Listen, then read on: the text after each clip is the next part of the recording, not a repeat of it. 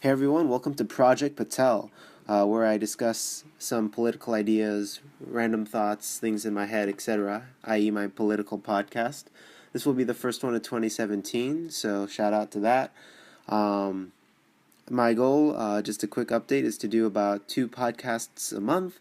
And like I always say, if anyone wants to come onto the show, please let me know. Definitely want to kind of grow this podcast. It's something I enjoy doing, even if only 5 people listen to it.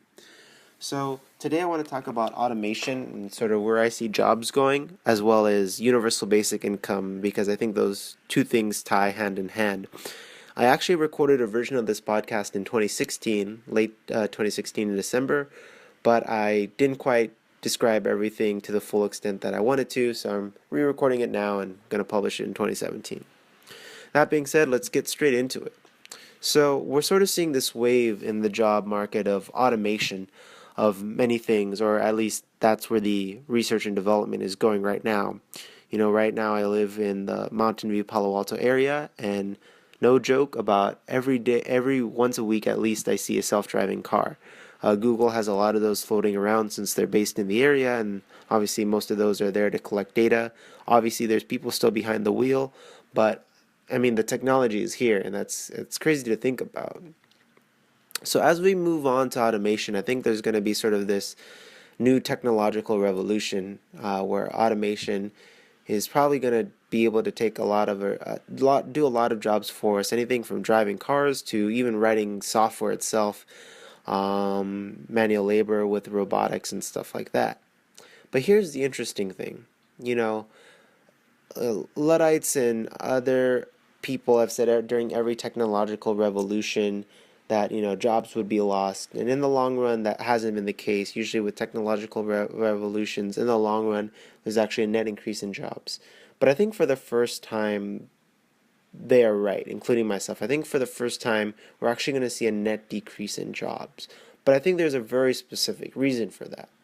I think every time we've had a technological revolution, it's happened in a pattern where one industry is replaced with a new industry, which that industry itself leads to a lot of job creation. So, the good example I like to throw out is, think about the transition from a horse and carriage, or a stagecoach, or whatever you want to call it, to the automobile.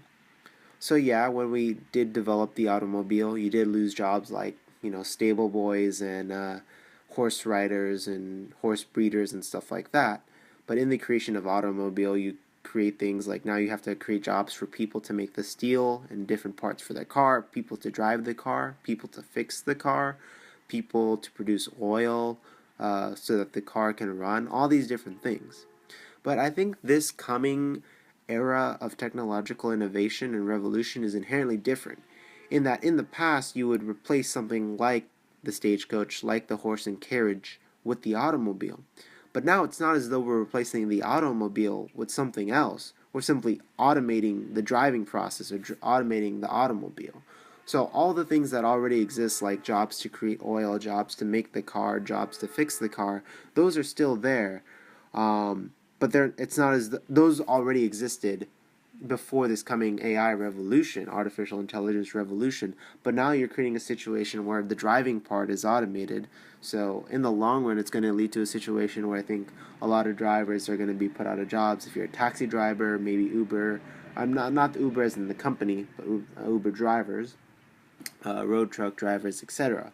And this is actually alarming in some ways, because I think a lot of jobs can be automated and eliminated, but I don't think that's necessarily a bad thing, especially if we automate jobs that are minimum wage and back-breaking work. I think that's good, because in the long run we see people have health consequences when they do these sort of jobs, manual labor jobs, over a period of time. So if we can automate that, that's actually, a pretty good thing. But the thing is, because a lot of people are going to lose their jobs, and those jobs probably aren't going to come back, that's why I think we need a solution to give people a way to provide for, the basic necessities, when simply put, there's less jobs, there's more people than the jobs that are available. And I think the basic solution, the most obvious solution that jumps out at me, is universal basic income, or UBI. Now, there's a lot of different inceptions of universal basic income, but the general principle is that either the entire population or some segment of the population basically receives a check from the government, and they can do with it as it is, basically money from the government, theoretically, to pay for basic necessities and things like that. And there's any way from Libertarian Conceptions of a Negative Income Tax by Milton Friedman, who the idea is basically that for poor workers to supplement their income, like basically universal basic income for those at a certain income level. There's ideas of just giving a grant to everyone. There's an idea of giving an $80,000 loan to every U.S. citizen when they're 18, and there's a lot of variance in the way that it would pan out. And I don't want to focus too much on the variations between different conceptions or different implementations of universal basic income, but I do want to talk about the general idea and how it relates to automation, and why I think the U.S. should head towards that direction as well as other countries. Like I mentioned, I think with this coming revolution, we're going to see a situation where there's more people than jobs, and that's fine. I mean, it gives people the ability to do things. If you give people a universal basic income where you can cover the basic expenses like food, shelter, etc., then people don't have to worry about these. When people don't have to worry about these basic things, they can pursue the things they really care about. I had a friend who mentioned this great analogy. What's the opportunity cost of a Starbucks barista? You're working this job or you're not doing a whole lot, but imagine if you didn't have to do that. Imagine if your basic income or basic expenses were covered, you could pursue what you really wanted to do. Whether that's going to college and studying a specific field, whether that's being a writer, an artist, and maybe you don't get paid as a writer or an artist or stuff. But it doesn't matter because you have enough money to at least pay for basic standard of living, conceptually under the idea of a universal basic income. And that means you can do what you truly love, and maybe that makes for a better society overall, and I completely agree with that. And some people say, as a criticism of UBI, that maybe people won't work as hard or it won't work. That may be true, but I don't think everyone needs to work. I mean, like, look at farming, for example. It used to, if you look at feudal societies, and even before that, you had a large portion, easily over 50% of the population. It could be as high as 80s or 90s of the population just working to provide food supplies. In the U.S., do you know how many people are farmers? It's easily less than 2, probably even less than 1% of the population, definitely less than 2. And so we don't need all these people doing jobs. One person in a certain field can now, nowadays with technology, and especially with artificial intelligence and automation, can do what 1,000 people could do in the past. So we don't need to worry about everyone having some type of job, especially if that job would otherwise just be a minimum wage job paying for basic expenses. Let's allow people to do what they truly want to do with their lives. I mean, that's what society should work towards anyway, allowing people to be the best version of themselves.